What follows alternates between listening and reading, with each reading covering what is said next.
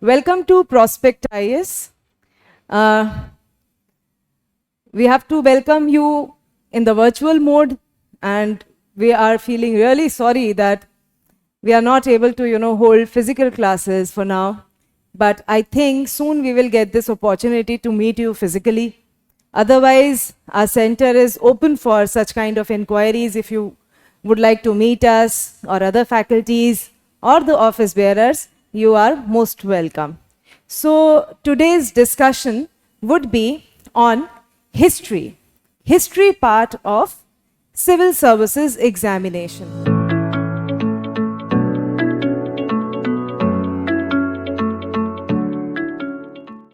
In history, I would touch upon culture a bit, but art and culture is considered bit differently, though it is, a kind of, it has links with the history. But for now, we would be deciphering how to prepare history for civil services examination.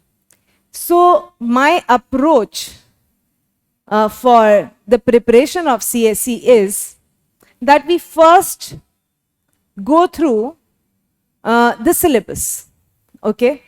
And then we talk about trend, and then we analyze looking at the syllabus, trend analysis, and then we analyze. Then we do our own analysis that how we should go forward with the preparation. So let me write here that we would be looking at history, which is going to make your future, considering its weightage.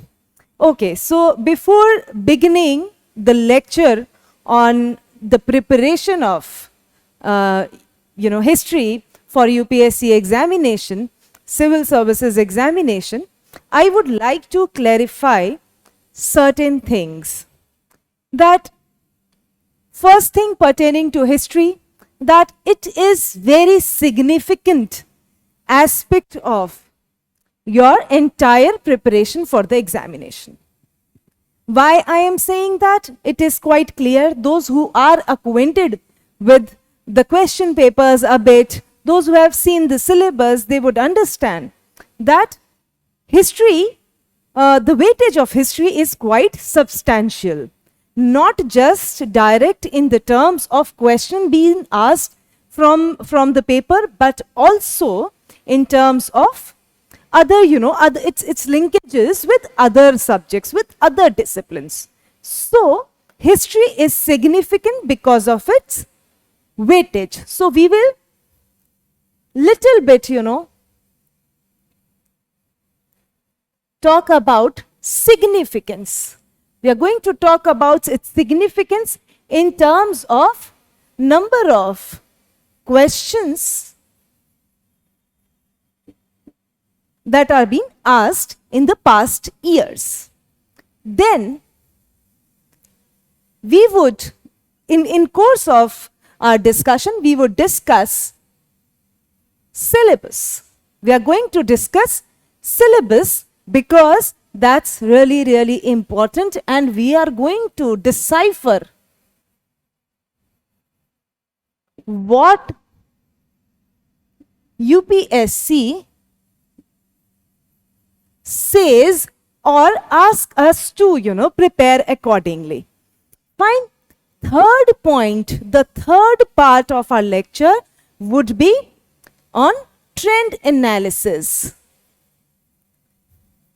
Trend analysis is very significant because that's what tells us, that's how we get to know that how, in what direction our preparation should move.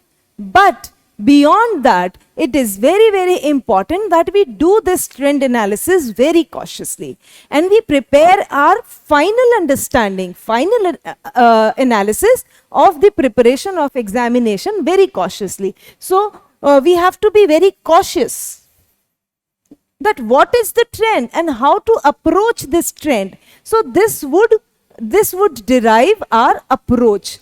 And now, because there are two segments there are two levels of examination. First is your preliminary examination, and after that you prepare for mains examination. And since we argue, since we suggest integrated approach, we are going to take into account this discussion on two levels. First is preliminary,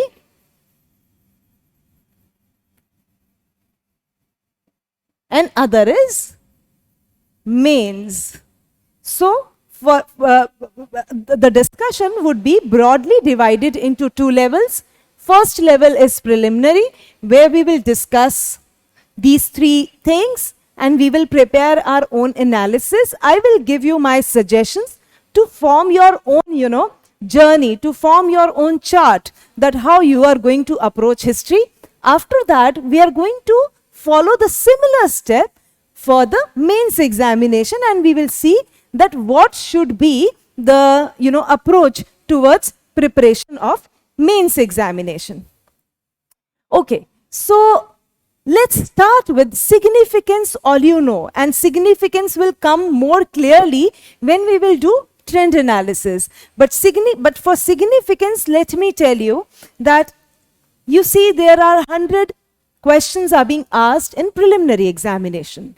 And if you see the range of questions, approximately if you take the average, it is always 15 plus. More than 15 questions are being asked in preliminary examination. And if you see its connections with the current affairs, with art and culture aspect, with society and other phenomena, then you would understand it has wider interlinkages. Okay? So the first thing is the significance. So on an average, we have 15 plus questions from history. So we have to keep in mind that what segment should take our higher attention for the preparation. The second part is the most significant I feel is the syllabus. Because here UPSC, if not really clearly, but gives you a very broad idea that what you should prepare. And what is my work here? My work here comes with deciphering. We will open the box for you, we will, there was a, saying, Bhanumati ka pitara. So it would be like Bhanumati ka pitara. There are number of sections in the history, ancient history, medieval history, and then modern history. So we will clarify what topics we are finally looking into these broader divisions of history. So here comes the role of Prospect IAS, that how we are going to understand syllabus. Understanding syllabus is very, very important, because even if you see the trend analysis, even if you have good knowledge of the trend analysis, that's not going to suffice. Why it is not going to suffice? Because our objective is not to linger upon this, preparation for years. We all know that when a student, when an aspirant comes for preparation to any part of the world, or these days virtual modes are quite popular, you people take out few years. It's not something going to be certain that you are going to clear in first year. That would be the best thing for us, and people have cleared in first attempt, but people largely take 2 to 3 years of time period in which they are going to clear it positively. For that thing, if you go with the trend analysis only, then it is going to be problematic, because the trends have been changing. We will talk about, when we will talk about trend analysis, we will see that certain trends have changed in the past few years. The norms which were created in 3-4 decades, in last 3-4 decades, that changed and completely shifted the focus. So our focus should be, our eyes should be on the syllabus, and that is very, very important. And here comes the role of Prospect IAS, and then we will do trend analysis, and then we will understand how to create our own journey, how to form the map, how to form the roadmap for ourselves, and from where to study, and what not to study. Okay, so I will start with understanding hidden aspects of history, hidden aspect of Indian history for preliminary examination. Okay, so when I say hidden aspect, what do I mean? What do I mean? There are no students with me right now. I know you all are watching, but I don't have physical kind of communication, but I would like to, leave you with some questions that you can, ponder over while listening to the class. So if we see the syllabus of preliminary examination, we have two, main phrases that form the syllabus of history. That is history of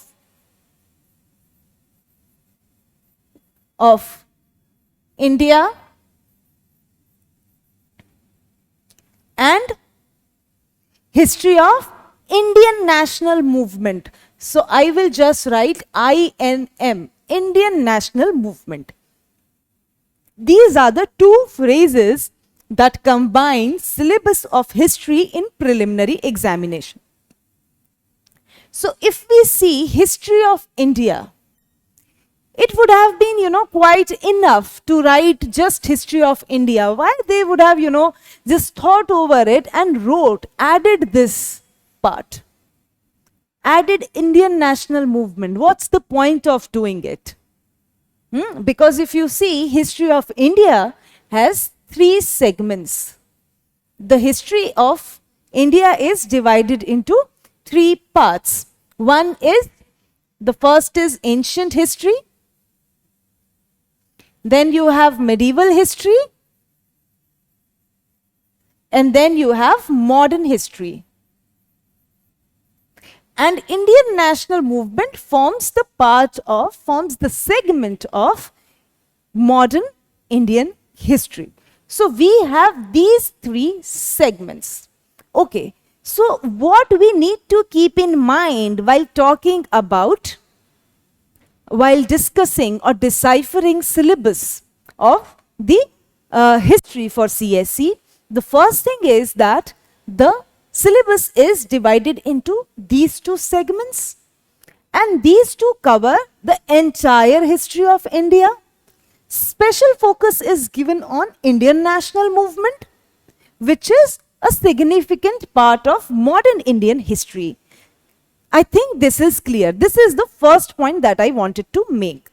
Second thing is, if you have been, looking around or discussing the changes in the examination that have occurred in last few years, you would have heard about increased emphasis on culture part of history. Cultural part of history. So here what we have to keep in mind, that first thing is the division. Second, this is the first point. Second, emphasis on culture. So if you see the syllabus, you have only this phrase and this phrase. You don't have this division written in the syllabus. It is understood, but it is not written in the syllabus. So this is the first hidden part that we look around. Then is the emphasis on culture. Nowhere it is written in the syllabus that there would be increased, emphasis, increased focus on the cultural aspect of history. And third point that we need to understand, when we talk about history, it is after the analysis of the trend that we say that so and so questions are being asked, and in so and so ways emphasis have been put.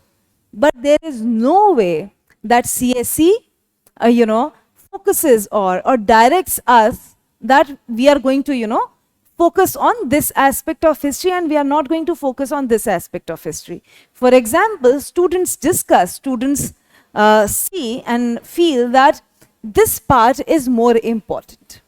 Indian national movement is more important because a lot number of questions have been asked from this part and this part can be, left out. But if you go with the notification of UPSC, then you would understand there is no word on that. UPSC doesn't direct, it doesn't say anything on the how many questions and what would be asked and what not would be asked from the history. Okay, and it even doesn't say that it's not going to ask anything from the, medieval history, or there would be only few questions. That we will understand when we will go for further understanding. So first thing, when we talk about history of India, we have to keep in mind these three sections, and the modern history and INM, Indian National Movement, would form the part of modern history. Besides this segmentation, I would suggest that we also consider the post-independence India history plus post-independent history of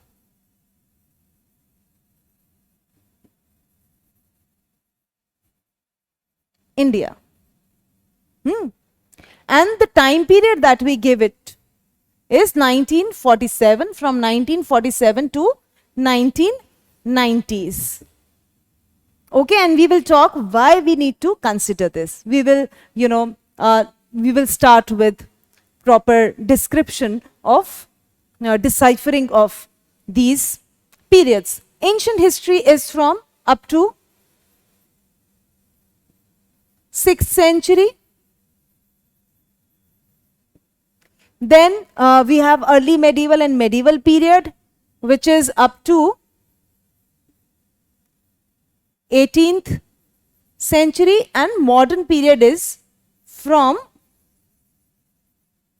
18th century onwards. Like from 1750s, we consider modern Indian history. Up to 18th century, and then from 18th century onwards, because we all know that there were certain political shifts. So when I say ancient history, what are the topics that we are going to cover? If you look at the broader outline, I am not going to do micro division of the syllabus, but I am going to give you a very broader outline of the syllabus. So first thing is, we start with Stone Age, Paleolithic, Mesolithic and Neolithic period. After that you have Chalcolithic period, then Harappan civilization, then you have Vedic period, then you have 6th century BC, then you have Buddhism and Jainism. After that you have Mauryan period, Mauryan, then you have post-Mauryan,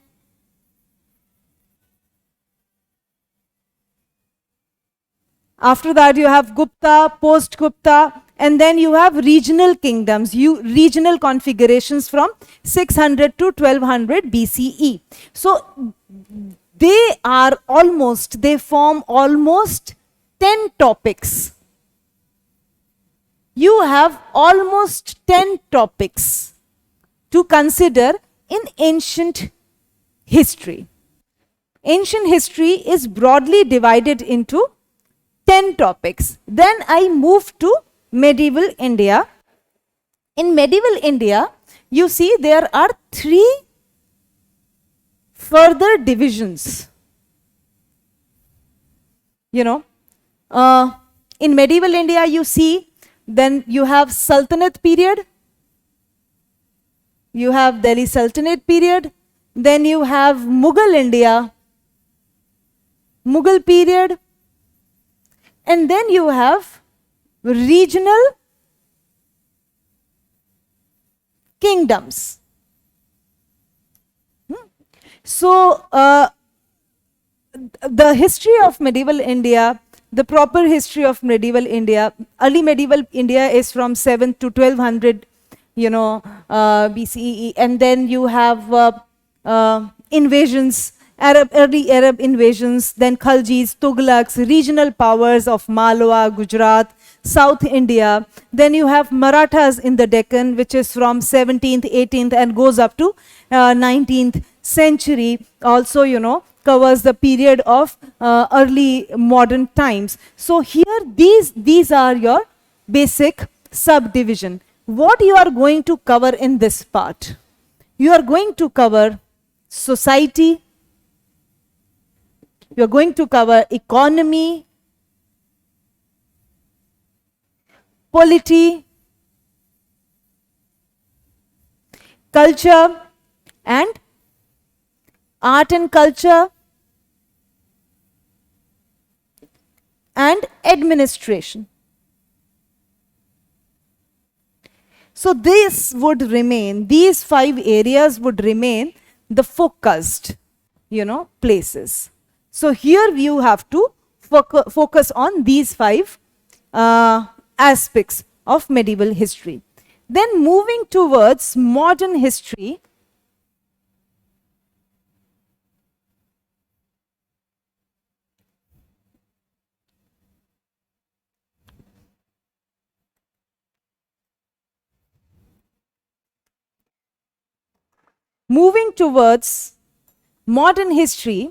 just a second.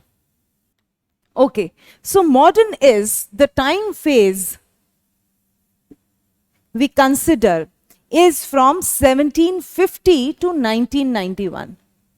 1750 to 1991, because in modern we also include post-independence period. So time period is from 1750 to 1991.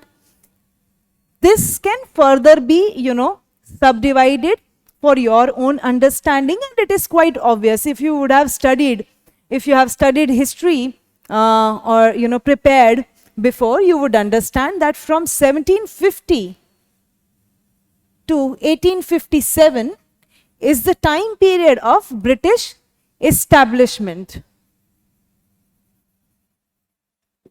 British establishment in India. After that, you have from 1857 to 1947. 1947, that is Indian national movement. This part of the syllabus, here you have Indian national movement. And from 1947 to 1991, when India was exposed to liberalization, privatization, and globalization, as well as we see on the world context, disintegration of bipolar world was happening, and then there was creation of unipolar world. So this time period is significant from that aspect. We will particularly talk about this topic, this part, 1947 to 1991, because this part not only covers the history of India, but it also has its space with the world history, first thing. Second thing, it is not just limited to historical understanding of India. It has geography in it, because you see several ecological movements happened during this time period. It is also linked to society at large. Because when we talk about integrated approach of understanding history, we have to understand that society, geography, ecology, they all become very, very important in the mains examination. So if we are going to study, this entire time period, if we are going to study history of India, we should not leave this period from 1947 to 1991, there are two basic reasons. Basic reasons. First is that other way also you have to prepare the entire time period. There is no way out. Okay, when you are studying history, it is always better that you continue, that you maintain a continuity, and you form an understanding of the time period in a very cohesive manner, because we suggest, Prospect IAS suggests, if you are studying any part, any topic or any discipline, complete it. So if you remove this time period from 1947 to 1991, you're not completing the syllabus entirely. This is the first thing. Second thing is, if you leave this topic here, you are going to miss on other aspects. For example, the questions which are asked from other, interconnected disciplines. So that would create a problem. Like many current affairs are linked with, this time period, like questions of economy, like questions on 5-year plans and all these things. So this period from 1947 to 1991 is in general a very significant period. So why not to cover, when you are covering the entire history of India, why not to prepare beforehand only? Now you would say that ma'am has, said like everything you have to prepare. There's nothing that can be left out. But yes, there are certain things which can be left out.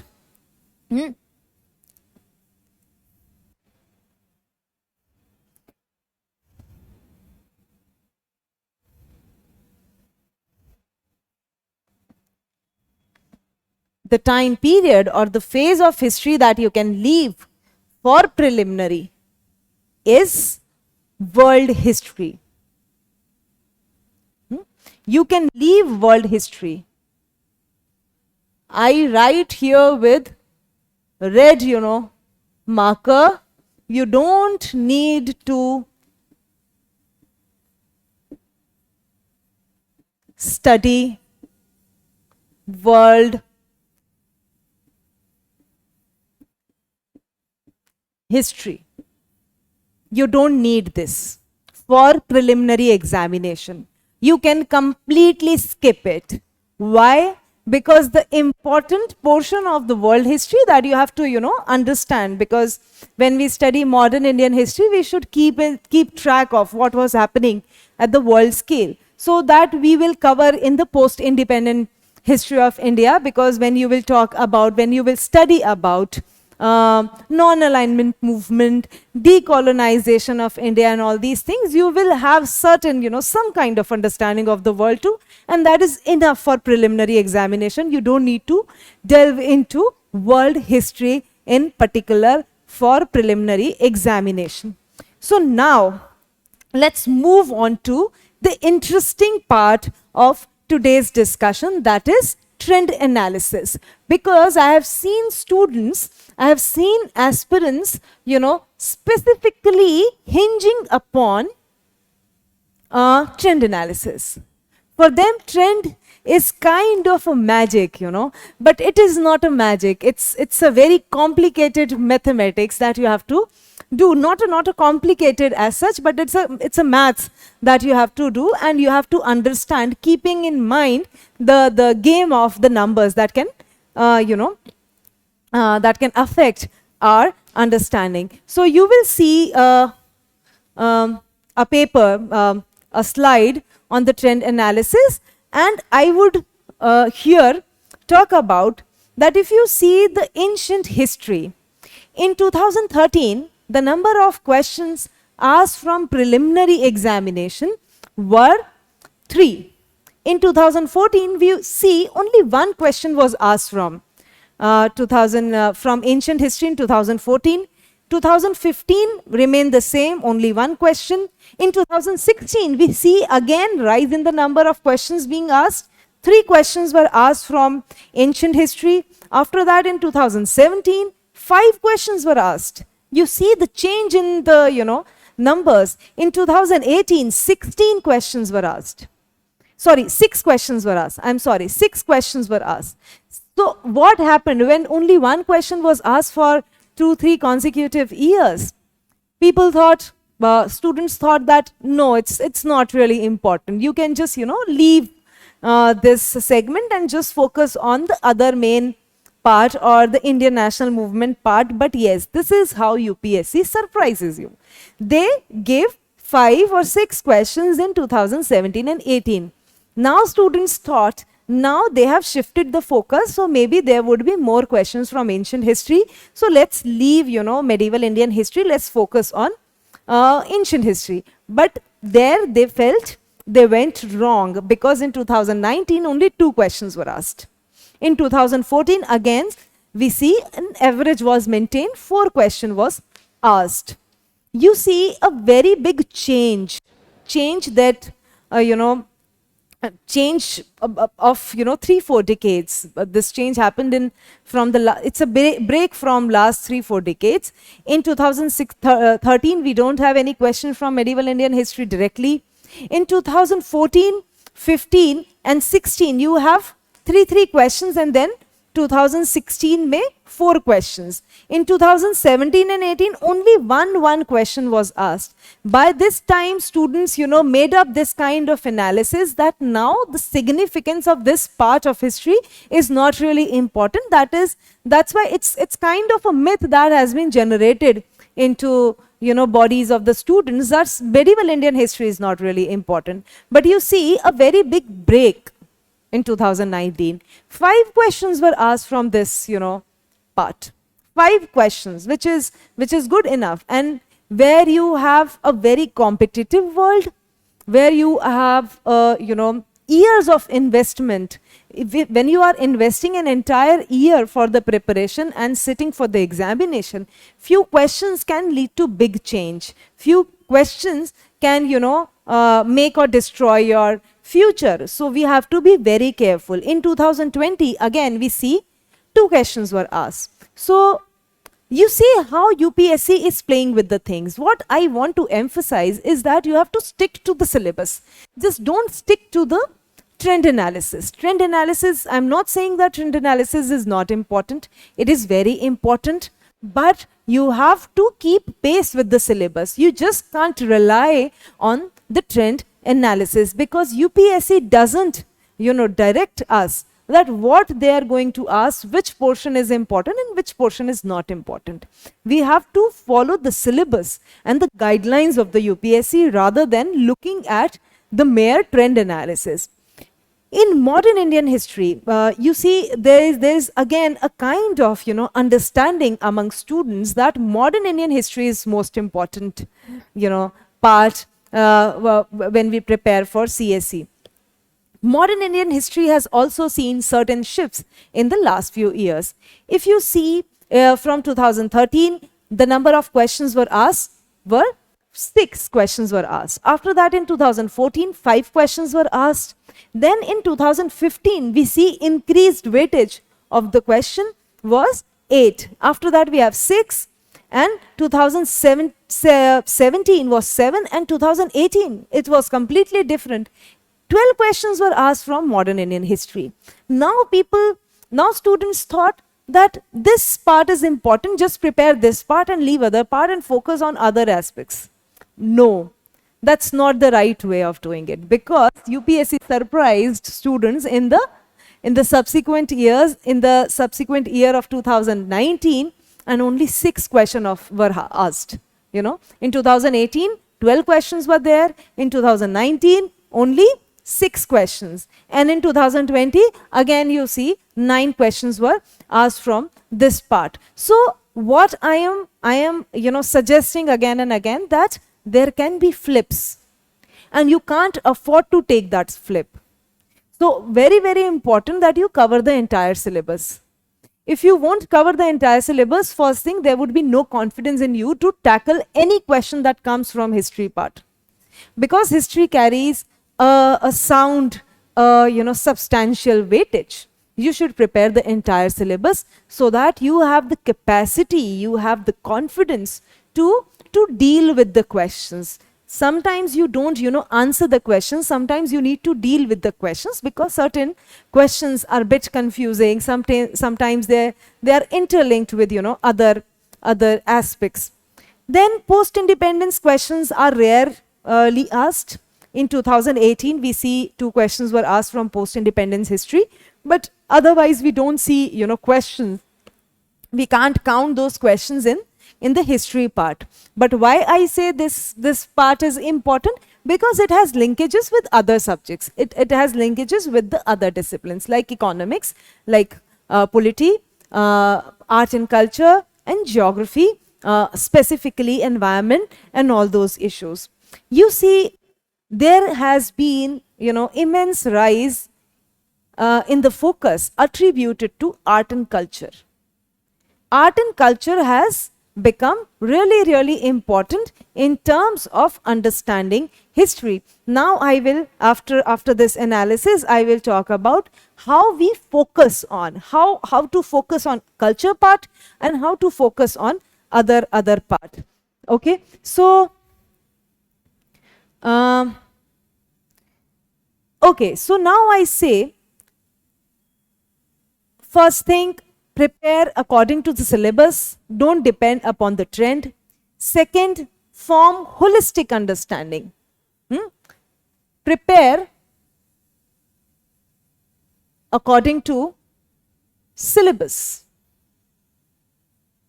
Don't depend upon trend analysis. You can do it. You can have some useful inference from here, but just don't depend. And third is more importance to cultural part. Cultural part is very, very important. So now the question, when I say, and fourth thing, have holistic understanding. When I say focus more on or substantially on this cultural part, it doesn't mean that you only prepare culture and you leave other aspects. You have to have holistic understanding. Okay, so how to have this holistic understanding? So the question comes, कि how to study a particular topic. एक topic को पढ़ना कैसे है, किस तरह से ये holistic जो understanding I am talking about will come. So how to understand a topic. So whenever you study a topic, you have to at least keep into mind, keep into your brain that you have to focus on social aspect, you have to focus on political aspect, on economic aspect, and then cultural part. Culture, art and culture. So these, if you cover these 4, spheres, these 4 dimensions, then you have a kind of complete understanding of the topic. That is very, very important. For example, if you see the political time period of the kings, you would realize that how art and culture was being affected. If you see the social aspect of the society, you would understand that how it was impacting political life of the time period. Okay, for example, there are various monuments built by Shah Jahan. So it was the time period of political stability, economic prosperity, which got its reflection in the art and culture part. Okay, but if you see the time period of Aurangzeb, you would realize that it was not the time period of, relatively better political stability, because Marathas were there, British were also encroaching, other foreign powers were also there, and Aurangzeb had constant struggle with the Deccan part of India. So they did not have that kind of political stability. Economy was completely tilted towards the war, towards the Deccan, aspirations of the Aurangzeb. That is why we don't see much cultural expression of his time period. Okay, so this is how we need to have a holistic kind of understanding. This is how you have to understand. Here, in very crude terms, what I say, if you have this circle, okay, so if you see, if we make it, you have economy, polity, society. Culture would be little bigger than the other, space. So here you will have culture. Little more than the average. It should not be, it should not be 50% culture and 50% the other dimensions. No. It would be little higher than the average, but yes, you have to have the clear understanding, holistic understanding of the entire syllabus. Now, what you would say that how to prepare culture, how to understand culture, what forms culture. So, to study culture, what you need to keep in mind.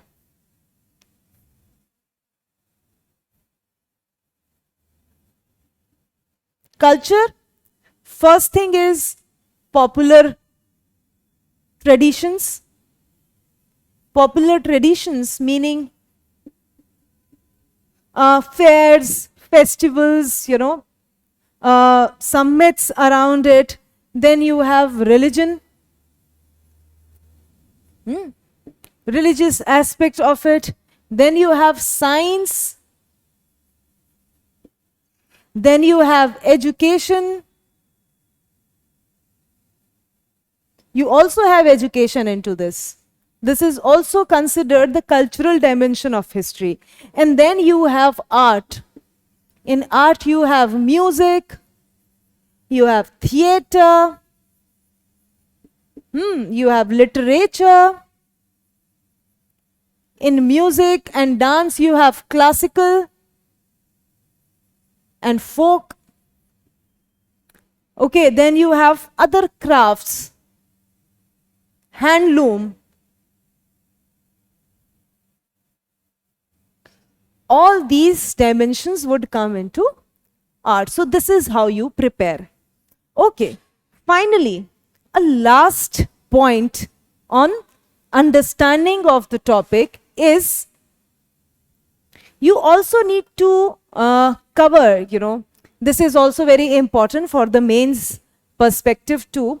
Like for example, if you're studying about education, if you are reading education and if you want to understand the phenomena or the historical trajectory of education, what you need to do, how you would start?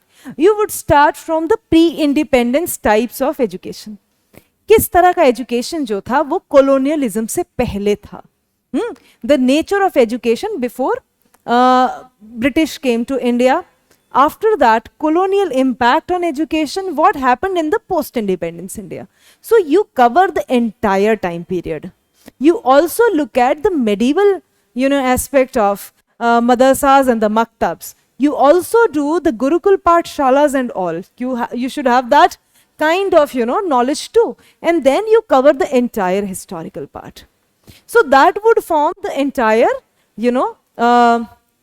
a very clear and very complete kind of understanding of history. The last point that comes to us is from where to study. So you can see on the screen, we have certain,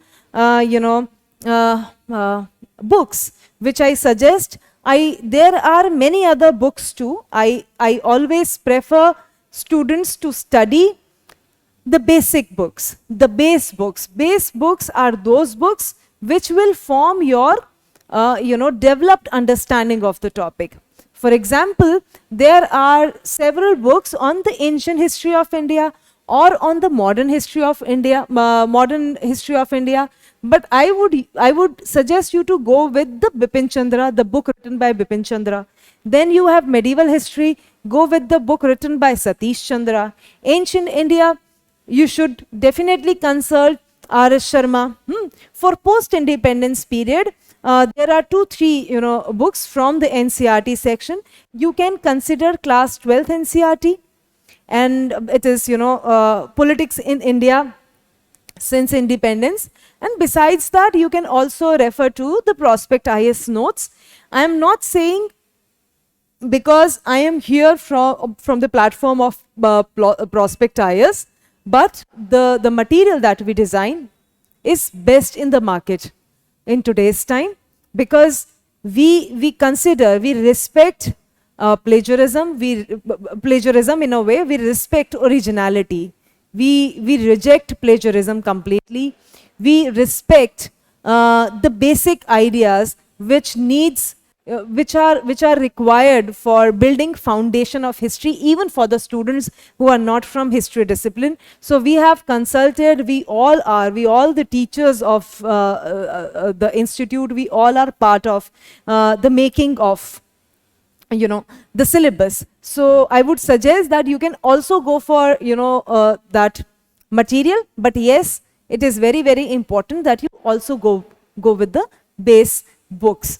After that, for art and culture, you can refer NCERTs, and here I just don't say that just only go for old NCERTs. You can also refer to the new NCERTs. They are also equally good. Okay, so I am now moving towards mains examination.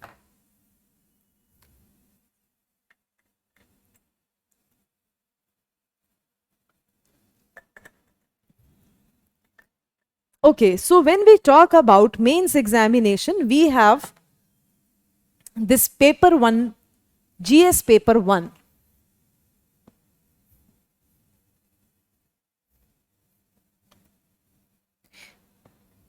I suggest all of you to have a very good look at the notification and all the papers essential for your preparation. It is very, very important. When syllabus is the key, you should know the syllabus first. And I know it's a wide syllabus. It's a broad range syllabus, but go through it 2 times, 3 times, 4 times, and then it would look quite familiar to you. It would give you a better direction towards it. So the first paper, GS General Studies paper 1, is Indian Heritage and Culture.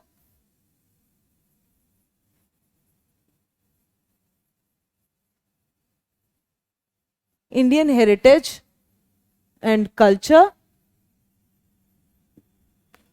This is the first portion. Second is History and Geography of the World.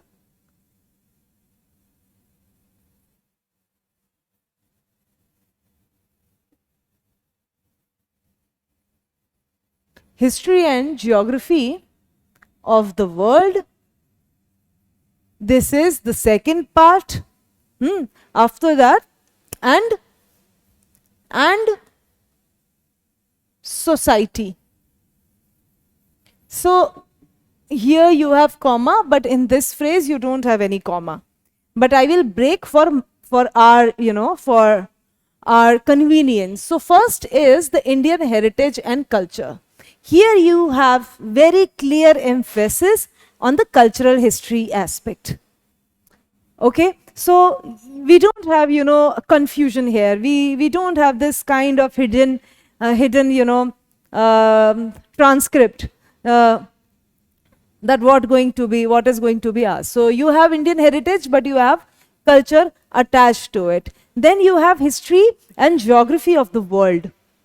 So here with geography, history is also linked, and geography and history and world, these three are the key terms. After that you have the final term, which is society. Okay, so total number of marks attributed to this paper is 250. Number of questions asked are generally 20. The first paper which when this GS was included, at that time 25 questions were asked, but after that we see only 20 questions are being asked. Okay, this paper is further elaborated too. This is not just limited to this, to the title. Here it says the Indian culture will cover salient aspects of art forms, literature, architecture, from ancient to modern time. From ancient to modern times. So art forms, literature and architecture from ancient to modern times. This is what syllabus says. After that, what it talks about the modern history. Modern history, it says from about the middle of the 18th century to the present time.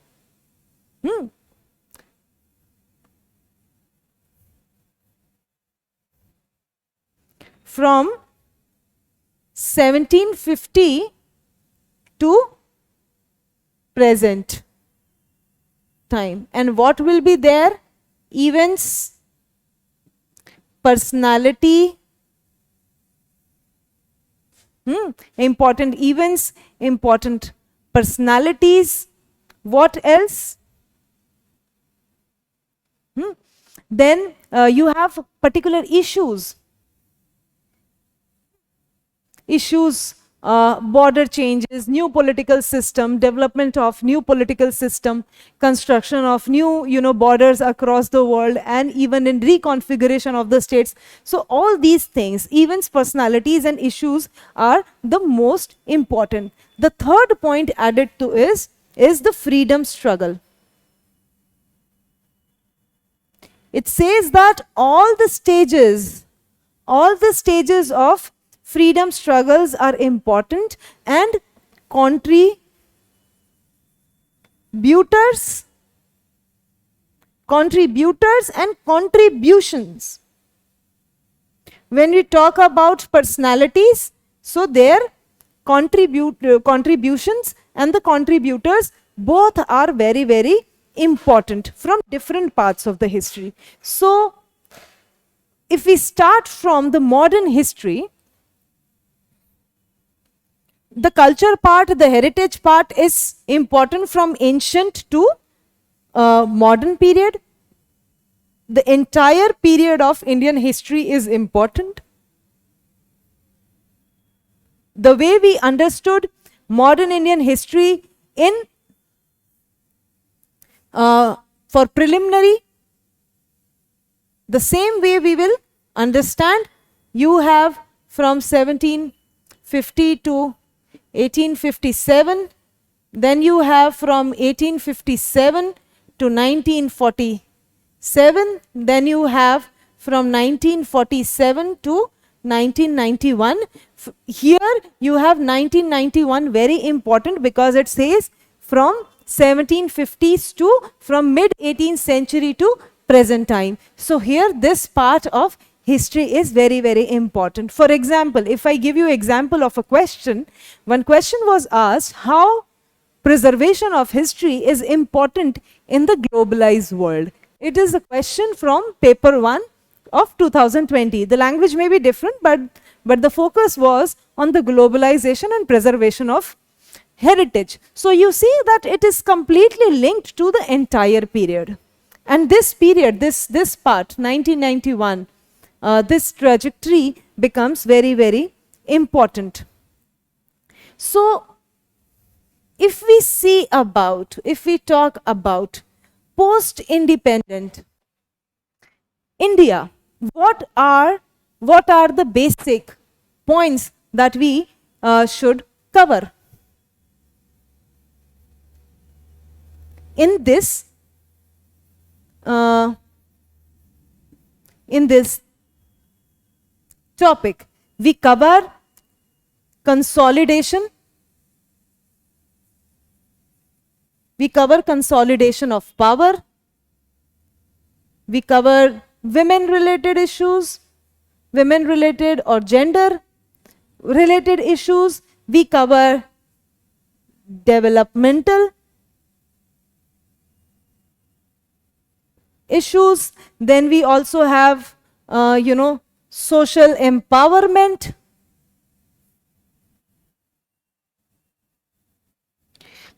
Issues of communalism.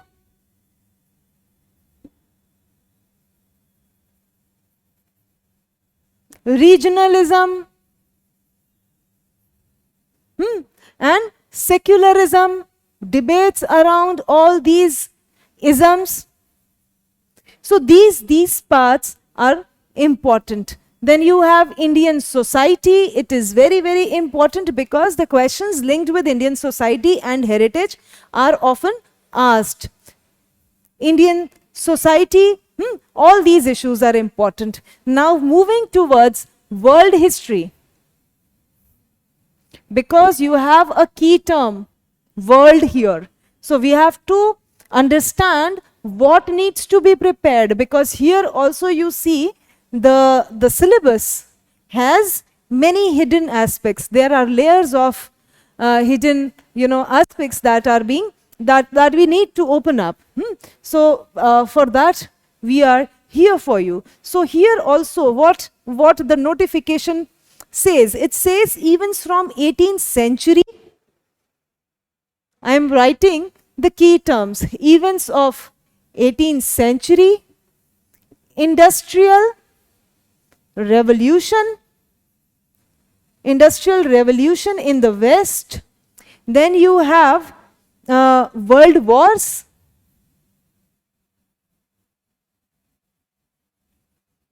Then you have redrawal of national boundaries. Why I am saying redrawal of national boundaries? Because after World War II, after 1945, many colonies became independent, and the borders and the shape of the globe completely changed. The demography of the globe kept changing. Then you have ideologies like communism. Then you have capitalism, because it was the time period of Cold War. So these two ideologies were, antagonistic to each other. So, and their forms, it says the forms of these things and their implications or impact or effect on society. So this is what you need to prepare for this. So how to understand all these events? Like in Indian history, you have ancient, medieval, modern, and then you have with modern, post-independent history of India. But how to understand world? I suggest three, division of world history into three parts. And it is quite obvious too. It is nothing, nothing called rocket science. Because how do we, segregate? How do we make divisions? We make divisions on the basis of important events that held in the industry, in the world. So you have world history. World history can be from 1700s to 1914, because it was the time period of First World War. Many things were changing, so we can keep this as the one slot. Is then from 1914 to 1945, the time period of two world wars. And then from 1945 to 1991, end of 1991 is the end of the bipolar world and the making of unipolar world. So this is how we do. Okay, so now you have entire outline of what is Indian heritage, culture, history, history and geography of the world, this is what history and geography of the world would count for. So, how to approach world history? Now I am moving towards the next part of understanding main syllabus, that how to approach world history, because this part would be new for you. You have not prepared world history in your preliminary examination.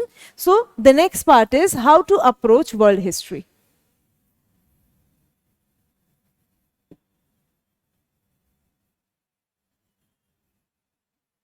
How to approach world history. I would suggest 5 important points that you need to keep in mind while talking about, while learning and preparing your roadmap for the world history. It's better I clean the entire board and I'll have more space to write on. So here I have how to prepare world history for mains GS paper 1. So first thing that I suggest is parallel study of modern India and world. You should study modern India, the history of modern India with the world history, because they are very much linked. For example, if you study the 18th century industrial revolution, the colonialism, the idea and the entire events linked with colonialism were the outcome of industrial revolution in the West. So this is, you should keep pace with whatever was happening around the world and what was happening in India. So it is the best way to study world history. You should have a parallel study. Always keep a parallel kind of understanding of modern India and world history. Then second is, you should emphasize on the impact of West on the world. What impact did industrial revolution had? What impact British colonialism had on various parts of the world, on African subcontinent, on Asia, on other parts of the world, and specifically modern India. It will give you a very cohesive kind of understanding. Then third is theme-wise understanding, theme-wise study. You should look at theme-wise. For example, if you are looking at colonialism, then you should understand the entire understanding of colonialism and decolonization. How colonialism was deconstructed, how colonialism was decolonized, how countries were decolonized. For example, if you are looking at the understanding of education, as I discussed before also, you should also see the pre-independence history of education, post-independence history of education, and how the education of the West, how English education impacted Indian subcontinent. So you have to have a clear understanding and the theme-wise study. And the best part is the Bipin Chandra's book looks at all the themes or all the aspects of history in theme-wise manner. So you don't need to worry about that. You should just stick to that book for a while and form a very basic understanding, which is written on the theme, on this line only, theme-wise isko likha gaya hai. What you don't need to study is the particular history of the country, of the Western country.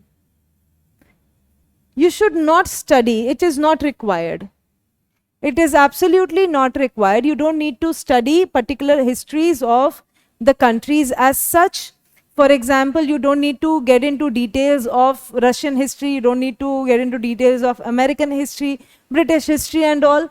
You should, if you are studying about Russia, then you should talk about communism, then you should talk about, you should discuss, or you should learn more about Cold War era, Russian Revolution. Those are the significant events which had impact on the world. But you don't need to look at the disintegration of the Tsarist regime of Russia or any other, particular histories. For example, in France and all, you would have to learn about French Revolution, but don't go into detail of the dynasties of the French rules. So that you don't need to do. You have to pick up important events and look at the impact of those events on the world and the modern India. Don't go into the particular history of the world events. And so what is important? Major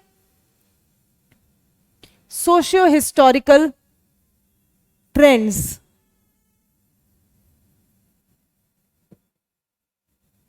are important. Certain ideologies of socialism, communism, even feminism, and capitalism. So you will have to understand all those major historical trends. So this suffice, the history of the world, how you can prepare history of the world and how you can approach it.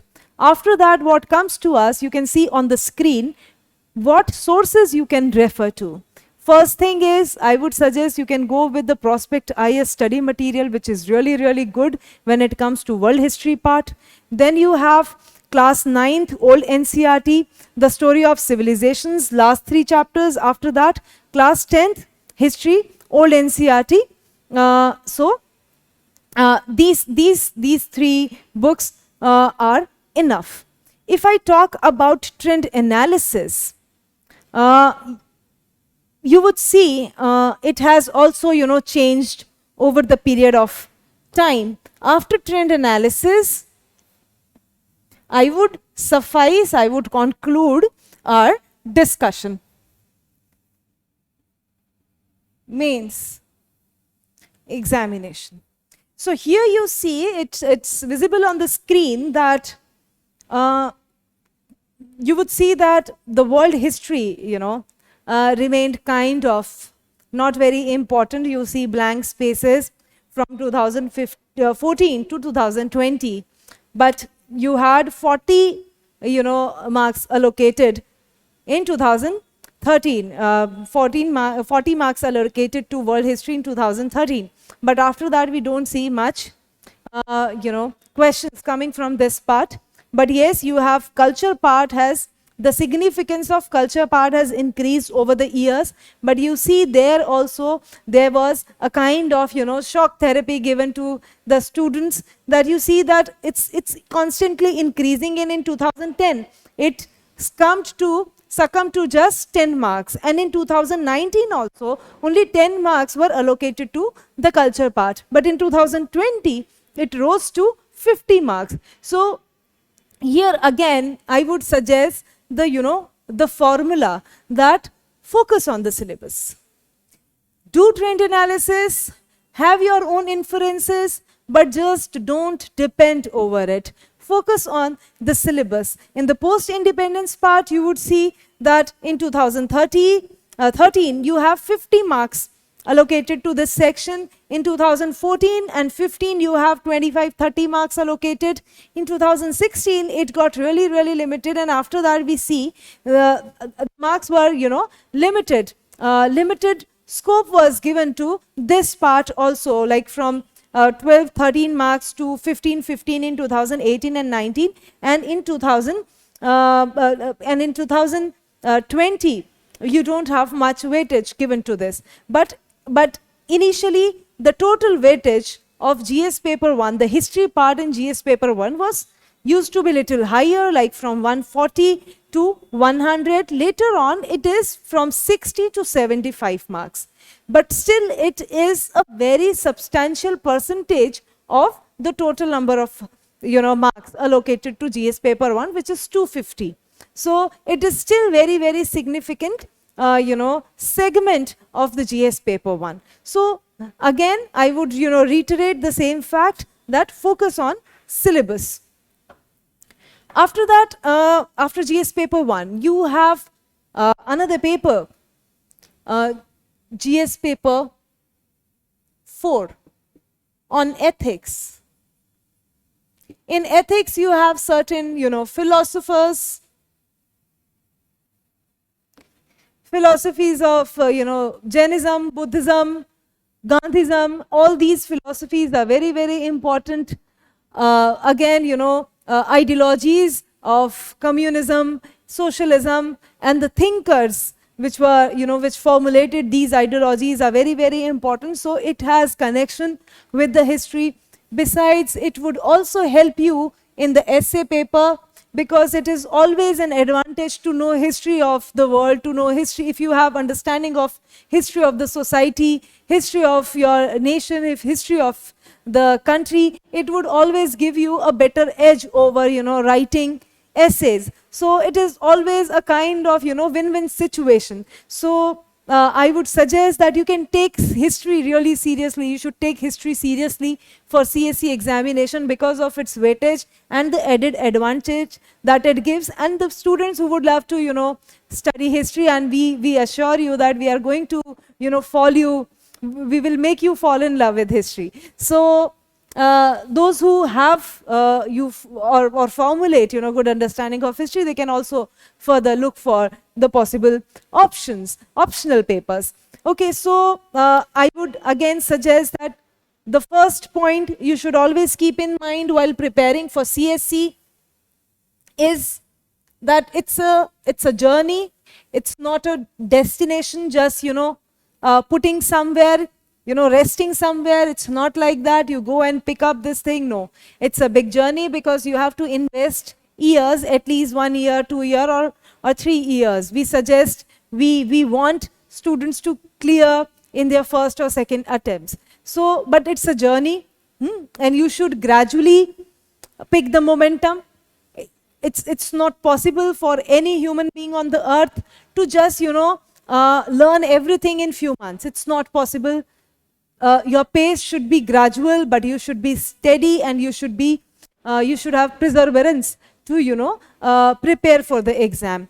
First thing is this. Second thing is integrated approach is important.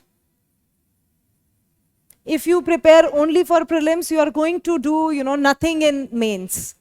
So it's better to prepare for both and, apply your understanding in both the examinations accordingly, according to the needs of the examination. After that, develop interdisciplinary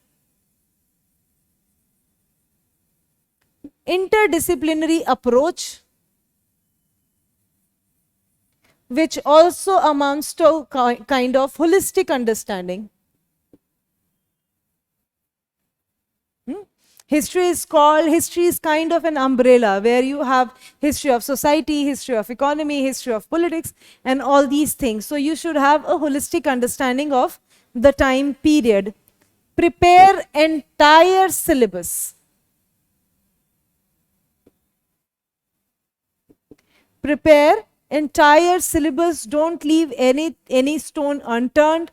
Yes, you can leave world history for, from the preliminary preparation, but prepare the entire syllabus which is given, which is prescribed in the UPSC notification. We have already deciphered the entire syllabus for you here. Don't depend, do trend analysis, but don't entirely depend on trend analysis. Okay, so here I conclude my, today's lecture, and the best part about Prospect, I would say that we will have interactive classroom lectures. We look forward to interactive classroom lectures. Then we will have discussion of previous year question papers in every classroom.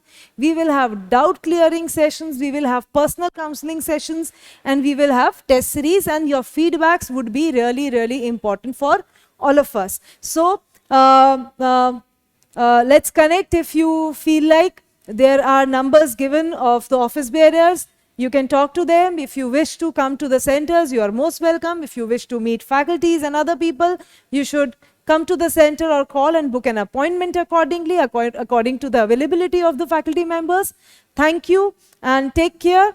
History can lead you to a better future. Good luck and all the best.